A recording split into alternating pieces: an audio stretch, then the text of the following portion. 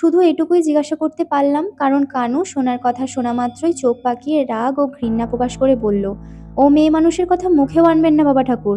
ওই শয়তানি আমার বাবাকে বশ করেছে। খবর পেয়েছি তার বাড়িতে রাতের বেলায় প্রায়ই আমার বাবা যায়, আর সেখানেই থেকে যায়।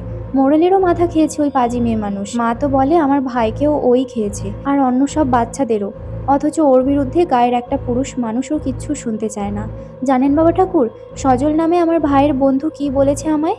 আমি অত্যন্ত আগ্রহের সাথে জিজ্ঞাসা করলাম, কি বলেছে? কানু উত্তর দিল, বলেছে যেদিন ভাই নিখোঁজ হলো সেদিন দুপুরে নামানোর সময় ভুলিয়ে ভালিয়ে ওই পাজি মেয়ে মানুষ আমার ভাইয়ের হাত থেকে আপনার দেওয়া রক্ষা কবচটা খুলিয়ে দিয়েছিল। সজল নিজের চোখে দেখেছে ওই ডাইনি আমার ভাইকে বলছিল, ও বাবাই, হাত থেকে ওই কবচটা খুলে ওখানে রাখো দেখি। তোমাদের বাবা ঠাকুরে দেওয়া রক্ষা কবচ যদি নাইতে গিয়ে জলের সাথে ভেসে কোথাও হারিয়ে যায় তখন তোমার কি হবে? ভাইও তাই আপত্তি না করে সরল মনে ওর কথায় ভুলে হাত থেকে কবচটা খুলে দাওয়ায় রেখে দেয়, আর তারপর সেটা সেখানেই ভুলে সন্ধ্যের দিকে বাড়ি ফিরে আসে। ঘরে ফিরে কেমন চুপচাপ মনমরা হয়েছিল, যে কিনা এতটুকুও স্থির থাকতো না।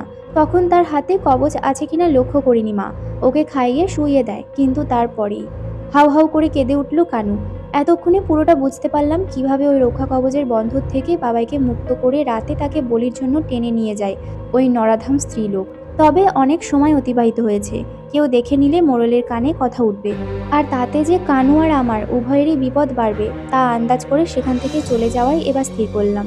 যখন চলে আসছি তখন কানু চোখের জল মুছতে মুছতে আমায় বলল, ওই ডাইনিকে আমি ছাড়বো না বাবা ঠাকুর। ওর থেকে আমি আমার ভাইয়ের মৃত্যুর প্রতিশোধ নেবই। সদ্য কৈশোরে পা দেওয়া একজন ভাতৃহারা ছেলের মনের মধ্যে কি পরিমাণ ঝড় বইছে বুঝতে পারলাম। এই কথাগুলো তারই বহিঃপ্রকাশ মাত্র। তাই আমি আর কিছু না বলে সেখান থেকে চলে এলাম। এদিকে কিছুদিন ধরেই কানু নজর রেখে চলেছে সোনার উপর। সে কোথায় যায়, সারাদিন কি করে, রাতে কি খায়, কে কে আসে তার বাড়িতে, সব খবর রেখেছে। একদিন সন্ধেবেলায় সোনা বরাবরের মতোই এক হাত ঘোমটা মুখে ঢেকে পুকুর থেকে জল নিয়ে বাড়ির উদ্দেশ্যে রওনা দিল। আর পুকুর ধারের এক ঝোপের আড়াল থেকে সব নজর রেখে চলেছে কানু। হাতে তার ধরা একটা ভারী কাঠের টুকরো।